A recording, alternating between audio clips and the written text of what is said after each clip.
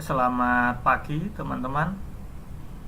Selamat berjumpa kembali hari ini pada kuliah virtual kita, yaitu kuliah keamanan sistem komputer atau keamanan sistem informasi. Nah, pada hari ini saya mohon maaf ya, terlebih dahulu saya katakan permohonan maaf saya karena live saya tidak bisa tepat pada waktunya, sehingga harus mengawali live hari ini. Walaupun demikian, tetapi memang ini merupakan tanggung jawab saya sebagai seorang pengajar. Jadi materi tetap saya berikan walaupun live ini lebih awal ya. Tapi Anda, teman-teman semua bisa menyaksikan dan memutar ulang live yang sudah saya berikan, atau perkuliahan online secara virtual ini bisa diputar kembali kapan saja dan di mana saja. Dan saya ingatkan kembali agar teman-teman semua tidak lupa untuk presensi ya, melalui sistem yang ada di siakat.stekom.ac.id ya. Karena presensi yang valid dan sah hanya melalui sistem yang ada di siakat.stekom.ac.id. Nah, untuk materi kuliah kita hari ini yaitu tentang enkripsi dan dekripsi. Saya harap minggu-minggu kemarin ya, teman-teman semua sudah tahu dan mengikuti perkuliahan saya tentang baik di mata kuliah yang membahas tentang steganografi maupun mata kuliah yang membahas tentang kriptografi ya, dan algoritmanya. Nah, hari ini kebetulan kita akan sedikit mengulas tentang enkripsi dan dekripsinya. Walaupun nanti kita ada sedikit flashback ke belakang, melihat lagi materi kemarin ya. Kriptografi itu apa ya? Ternyata kriptografi adalah ilmu atau seni untuk menjaga pesan agar aman. Kripto itu berasal dari kata script ya, atau rahasia, dan grafi itu berarti writing atau tulisan atau gambar.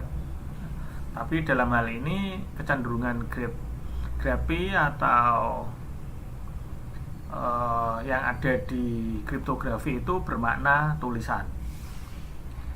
Walaupun memang bisa kalau di steganografi itu bermakna gambar maupun tulisan. Nah, para pelaku atau pengguna dari kriptografi itu disebut dengan cryptographer. Jadi kalau kita ada orang yang suka menyandikan pesan, itu kalau bahasa Indonesia disebut sender. Nah, sedangkan untuk yang bahasa Inggris ya, itu kriptografi, itu disebut dengan istilah cryptographer. Sebuah algoritma dalam kriptografi atau cryptographic algorithm, jadi algoritmanya atau tekniknya nanti ya, cara-cara atau metodenya nanti di dalam sebuah kriptografi itu disebut cipher. Jadi kalau kita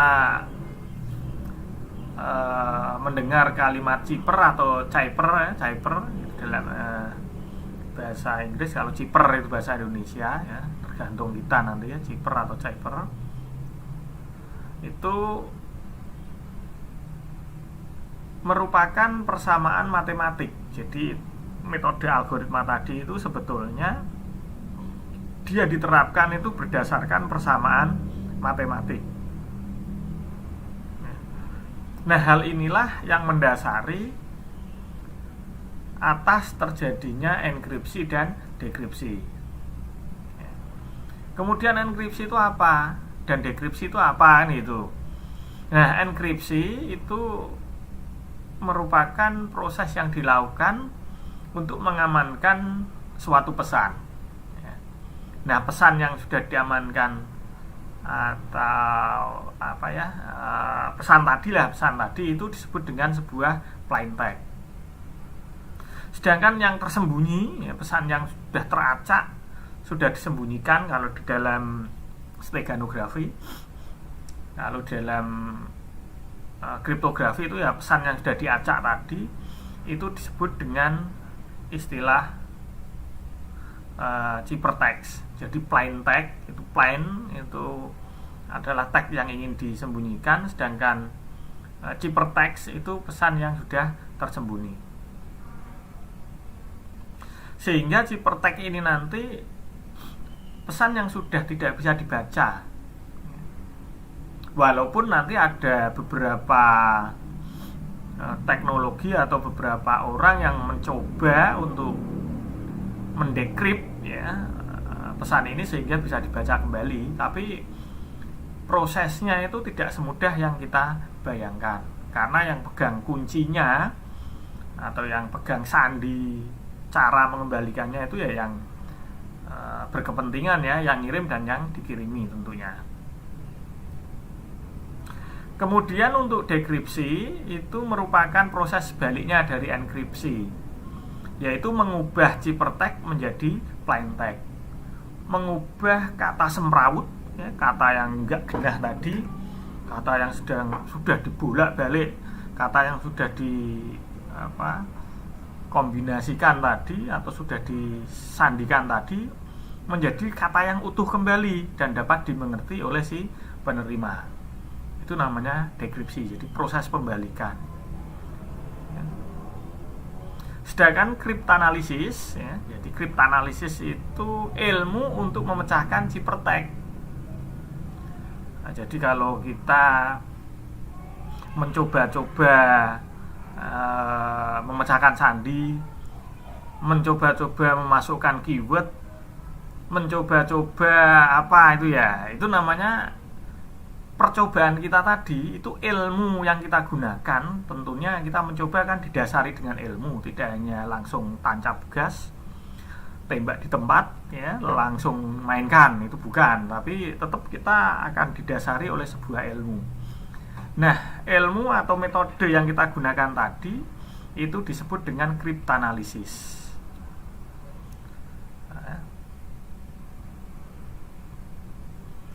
Kalau kriptanalisis itu adalah ilmunya.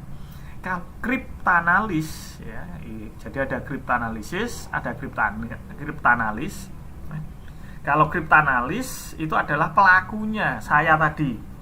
Saya yang sedang ngutak-ngutik, ngutak-ngutik ciphertext tadi agar bisa menjadi plain text tanpa menggunakan kunci atau kode-kode yang diberikan secara legal, itu saya disebut sebagai kriptanalis. Cara-cara yang saya gunakan untuk memecahkan tadi atau kegiatan saya tadi itu disebut dengan kriptanalisis.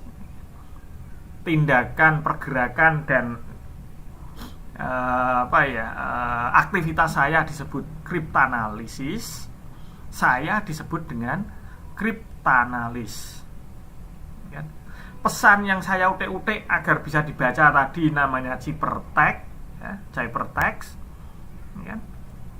sedangkan pesan yang bisa dibaca yang sudah terbaca, yang sudah terpecahkan atau yang mau diutak-atik tadi disebut dengan plain text. Sedangkan semua aktivitas, semua kegiatan ini, baik dari plain text-nya, baik ciphertext-nya, baik dari kriptanalisis maupun dari kriptanalis, ini disebut dengan namanya kriptografi. Nah, teknik untuk melakukan sebuah kriptografi disebut dengan namanya algoritma kriptografi. Bisa dipahami ya. Kalau tidak bisa dipahami, nanti bisa bertanya melalui forum media-media yang sudah tersaji, baik di kolom komentar, ya kan, kolom live chat, maupun fasilitas di grup Communication Center Learning yang ada di media Facebook. Nah, enkripsi itu sendiri digunakan untuk menyandikan data. Jadi enkripsi itu dilakukan data atau teks tadi agar tersembunyi, agar tidak bisa dibaca orang. Nah, enkripsi ini dilakukan dengan menggunakan sebuah kunci atau key, password ya, dengan menggunakan password lah katakanlah ya. Nah, proses pembalikan untuk membuka atau untuk istilahnya membaca pesan-pesan yang sudah semrawut tadi itu namanya proses decrypt ya. Encrypt itu proses untuk menyandikan, sedangkan decrypt itu proses untuk membuka. Nah, decrypt ya, aktivitas decrypt digunakan juga sebuah kunci lagi. Kuncinya ini bisa sama, kuncinya ini bisa berbeda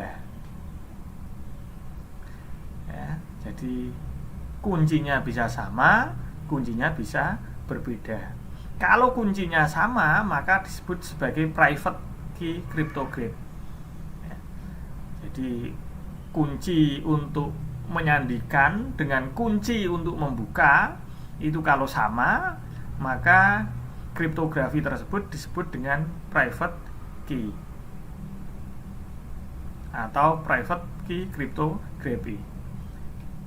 Kalau kuncinya yang digunakan antara untuk proses enkripsi dengan proses untuk dekripsi itu berbeda, maka ya, untuk kasus ini disebut sebagai public key cryptography ya, jadi ada dua, kuncinya sama disebut private key cryptography, kuncinya itu berbeda disebut sebagai public key cryptography. Ini contoh proses dari enkripsi dan dekripsi, di mana plaintext pesan sebenarnya di encrypt dengan menggunakan key, kemudian jadilah dia namanya ciphertext. Nah, ciphertext itu diproses dengan decrypt dengan menggunakan kunci, jadilah menjadi plaintext kembali. Ya, dari gambar ini bisa dipahami ya. Nah, untuk melakukan kriptografi itu ada teknik dasarnya atau metode-metodenya. Bisa menggunakan substitusi, bisa menggunakan blocking, bisa menggunakan permutasi, bisa menggunakan ekspansi, maupun bisa menggunakan pemampatan atau penutupan, penyumbatan ya, tapi pemampatan itu aja lah. Proses tidak bisa mengalir gitu aja lah, pemampatan. Ini yang proses untuk substitusinya. Jadi langkah pertamanya dengan membuat suatu tabel substitusi nanti. Jadi tabelnya nanti ya kita buat ya sesuka-suka kita ya. Jadi SSG ya. Jadi suka-suka gue gitu ya. Jadi kalau anak-anak sekarang yang generasi milenial itu biasanya suka dengan istilah SSG, suka-suka gue. Nah, itu membuat tabel substitusinya sesuka hati kita. Dengan catatan tapi ya, catatannya apa? Bahwa nanti penerima pesan itu harus memiliki tabel yang sama ya. Kalau tabelnya berubah sedikit satu huruf saja, itu alamat nanti biar ambiar semua, sudah nggak bisa dibuka pesannya. Jadi tabel yang dipunyai oleh si encrypt itu memang SSG ya, suka-suka gue. Tapi bagi yang decrypt, dia harus pegang tabelnya sama dengan yang buat ya. Tetapi ada cara lain, yaitu tabel substitusi itu dibuat secara acak, sehingga semakin acaknya tabel substitusi ini, semakin sulit ya key-nya nanti untuk dipecahkan. Contoh dari algoritma atau metode substitusi dalam kriptografi ini adalah tabel substitusi. Ya, yang kedua, Kaisar Cipher. Ya, Kaisar Cipher ini menggunakan tabel substitusi atau menggunakan metode substitusi. Yang ketiga adalah ROT 13. Ya.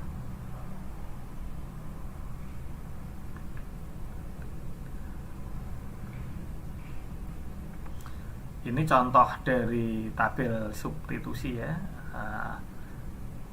A, B, C, D, F, G, H, I, J, K, L, M, N, O, P, Q, R, S, T, U, V, W, X, Y, Z. Itu contoh urutan secara normal. Terus kemudian kita substitusi ya, menjadi urutannya seperti itu tabelnya ya kan.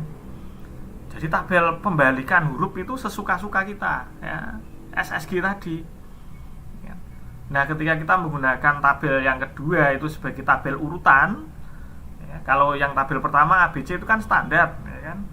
Nah, tabel baris yang kedua atau poin yang kedua itu setelah kita jadikan tabel substitusi SSG tadi, suka-suka gue, sehingga menjadi seperti itu.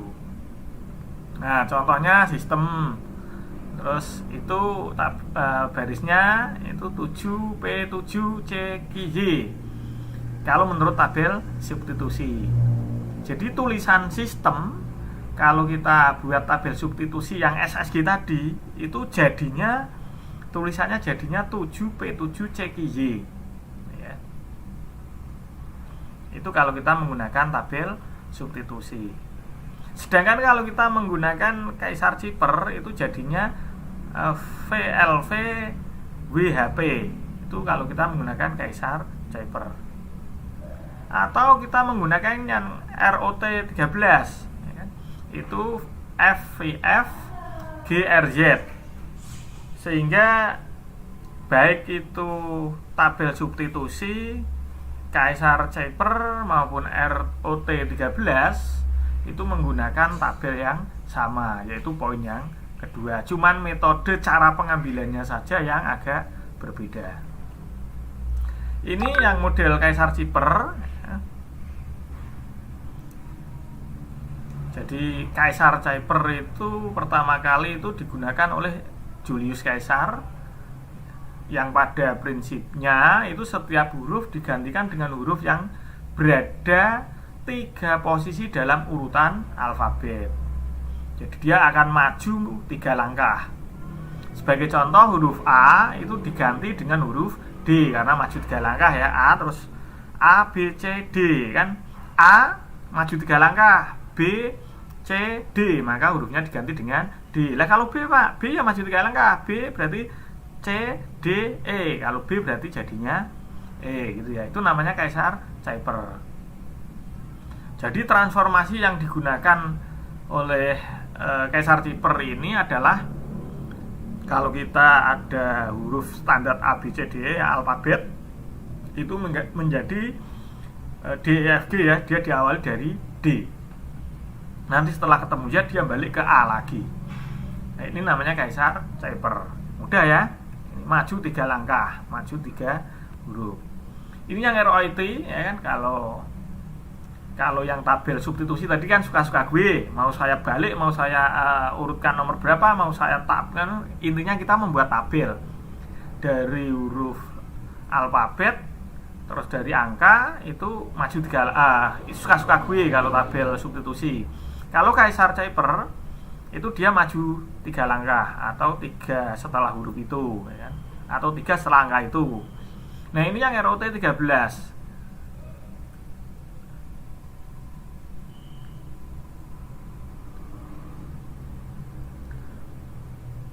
Ini yang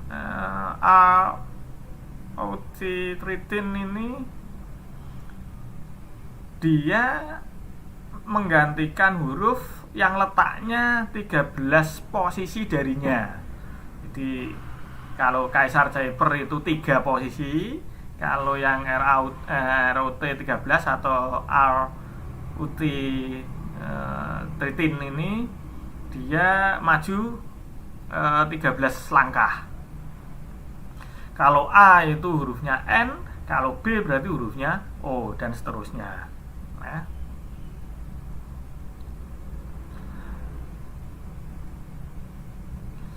Nah, sehingga kalau untuk membalikan proses ya sama, ya kan, kita undur menjadi ke 13 gitu ya. Ini perbedaannya tabel pada metode substitusi itu ada tabel substitusi, ada Kaisar Kuiper, ada ROT 13. Terus kemudian cara kriptografi yang kedua selain substitusi ada blocking sekarang. Nah, sistem enkripsi terkadang membagi plaintext menjadi beberapa blok, pecah-pecah gitu ya. Jadi dipecah-pecah. Terus kemudian dari beberapa karakter itu dia dienkrip secara independen sendiri-sendiri. Sehingga dengan menggunakan enkripsi blocking ini akan dipilih jumlah jalur. Jadi ada jalur, ada kolom ya. Atau ada lajur, ada kolom. Sehingga nanti akan membuat sebuah metrik. Jumlah lajur atau kolom menjadi kunci bagi kriptografi dengan teknik blocking ini. Ya, berarti bisa dimengerti ya ini ya.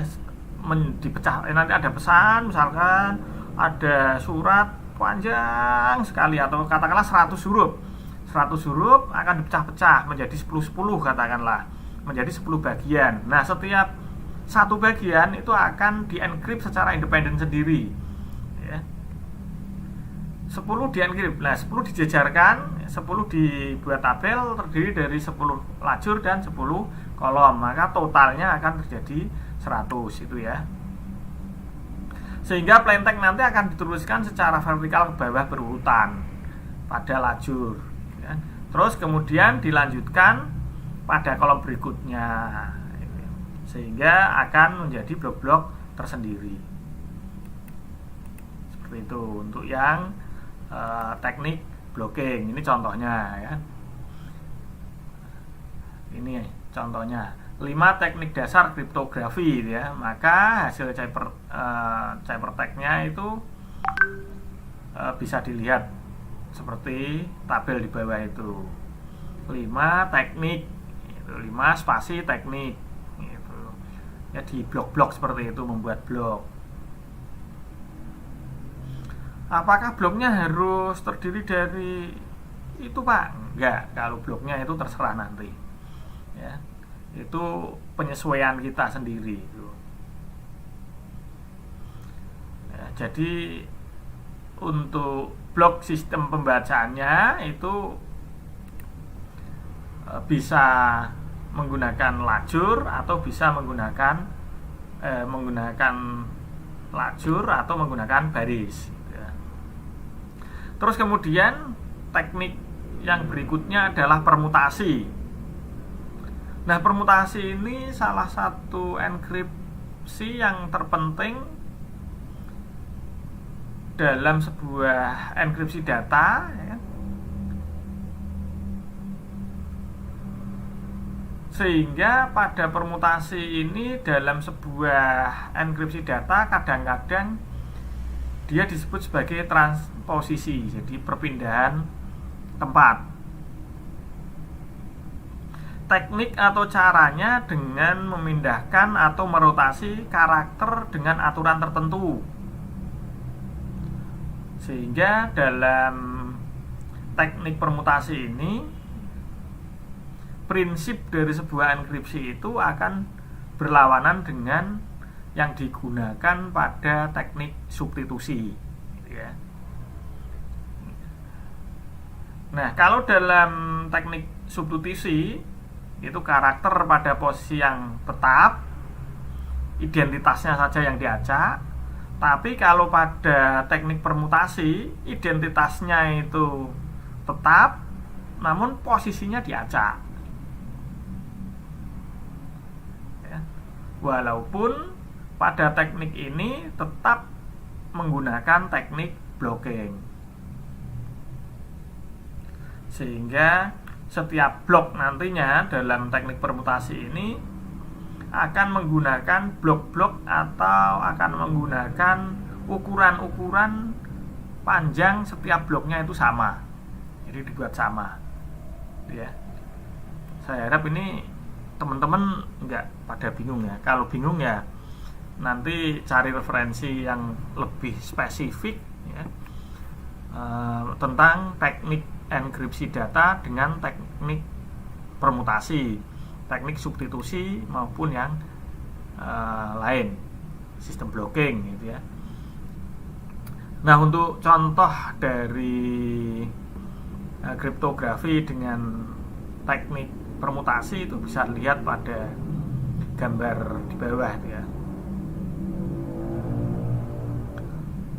Sehingga plain text-nya itu angka 1 sampai dengan 6 ya kan. Setelah dipermutasi, ciphertext-nya menjadi seperti itu. Hasilnya nanti menjadi permutasi. Yang misalkan tadi ya, tulisan 5 teknik itu ya, itu menjadi seperti itu. Jadi dari 5 teknik cara kriptografi itu kalau diacak dengan permutasi menjadi N, ETK5, SKD, AIIRK, RAT, GORP, FI. Itu kalau menjadi teknik permutasi. Ingat, kenapa kok susunannya menjadi seperti ini? Karena ini mengenal istilah blocking. Beda dengan yang substitusi tadi, atau beda dengan yang blocking tadi yang biasa. Tapi kalau permutasi sudah menggunakan blocking, masih juga diacak secara sembarang. Metode atau teknik berikutnya adalah ekspansi ya. Ekspansi ini suatu metode sederhana untuk mengacak pesan ya. Metodenya sederhana, tapi fungsi dari ekspansi ini adalah untuk mengacak pesan.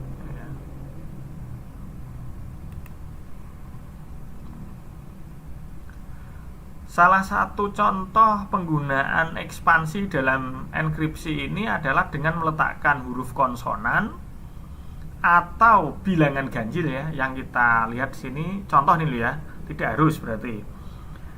Ini yang contohnya itu menggunakan huruf konsonan atau bilangan ganjil. Jadi kalau kita ketemu dengan huruf konsonan ataupun ketemu dengan bilangan ganjil,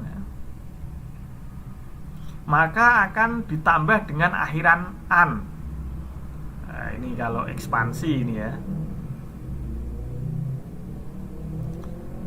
Terus bila suatu kata dimulai dengan huruf vokal atau bilangan genap ya, kata dimulai ini ya, kata dimulai dengan genap atau huruf vokal, maka ditambah akhiran i. Itu ekspansi contohnya ini. Tidak harus an dan i ya. Misalkan ditambah dengan nama kamu, terus kalau vokal dan genap ditambah nama pacar kamu, nah itu boleh. Jadi tidak harus an dan i, ini hanya contoh.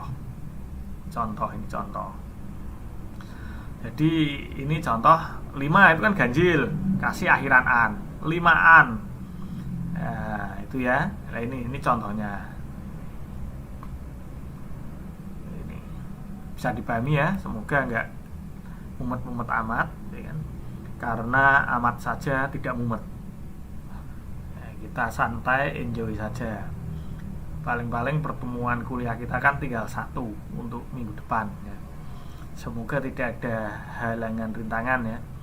Kemungkinan nanti untuk proses minggu depan perkuliahan juga saya kasih record live, walaupun saya live tapi waktu saya majukan karena ada sesuatu yang tidak bisa saya tinggalkan, tetap saya kasih materi walaupun saya majukan waktunya. Ini untuk pemampatan ya. Jadi pemampatan digunakan untuk mengurangi panjang pesan. Pesannya biar tidak panjang banget ya. Atau jumlah bloknya ya kan. Jumlah bloknya kita kurangi biar tidak semrawut cara membuatnya ya. Contoh lagi, pemampatan itu akan menghilangkan karakter ketiga gitu ya. Itu contoh pemampatan. Terus kemudian karakter-karakter yang dihilangkan tadi akan digunakan di pesan lampiran. Ya, itu contohnya ini. Ini bisa nanti video saya bisa diputar ulang lagi. Anda mutar video saya berulang-ulang. Kira-kira kalau nggak paham di pause, lalu di back. Pause, back. Nanti tulisannya dibaca, dipahami, dan dimengerti. Contohnya seperti ini. Kalau pemampatan intinya menghilangkan karakter gitu ya. Entah karakternya yang berapa yang Anda hilangkan terserah gitu ya, dari setiap kata atau setiap kalimat. Itu pemampatan. Inti dasarnya seperti itu. Tidak harus sama persis dengan yang saya tampilkan di monitor, itu tidak ya.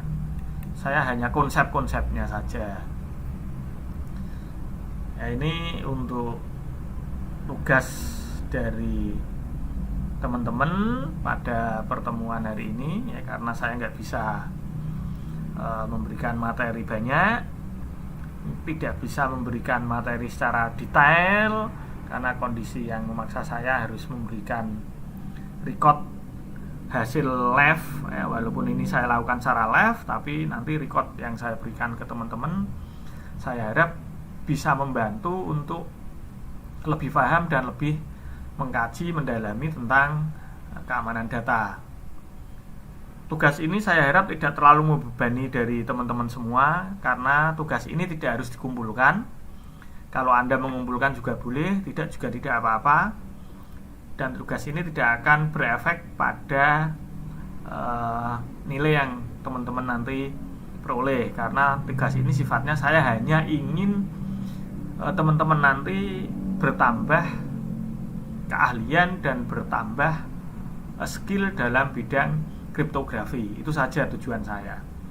Jadi tidak harus dikumpulkan. Boleh dicoba-coba, boleh untuk menjadi bahan renungan, boleh untuk dikerjakan ya kan? Saya harap teman-teman mengerjakan semua walaupun itu hanya untuk bahan renungan. Nah, pertama itu ada plain text ya. Misalkan ujian sistem keamanan komputer dilaksanakan pada hari Senin. Apa hasil ciphernya jika menggunakan teknik substitusi ROT13? Ingat, ROT13 adalah menggunakan huruf loncat 13 berikutnya. Terus teknik blocking ya. Jadi nanti satu blok itu terdiri dari 6 karakter, 6 kotak ya. Jadi yang pertama itu substitusi ROT13 hasilnya seperti apa. Kalau teknik blocking itu seperti apa ya. Satu bloknya terdiri dari 6 minta saya. Karena kan SSG tadi ya kan, Anda menggunakan blok berapapun boleh, tapi saya mintanya yang 6 biar nanti sama. Terus yang ketiga jika menggunakan teknik permutasi. Yang keempat dengan menggunakan teknik ekspansi. Dan yang kelima menggunakan teknik pemampatan. Itu ya. Saya harap untuk pertemuan hari ini saya akhiri sekian. Sekali lagi saya mohon maaf akan hal ini karena kendala non teknis yang terjadi sehingga perkuliahan saya kasih dengan jam yang maju. Walaupun Anda bisa menyaksikan pada tepat jam yang sama dan Anda putar ulang setiap waktu dimanapun dan kapanpun berada. Untuk hari ini dari saya akhiri sekian. Saya lagi mohon maaf. Terima kasih. Selamat pagi.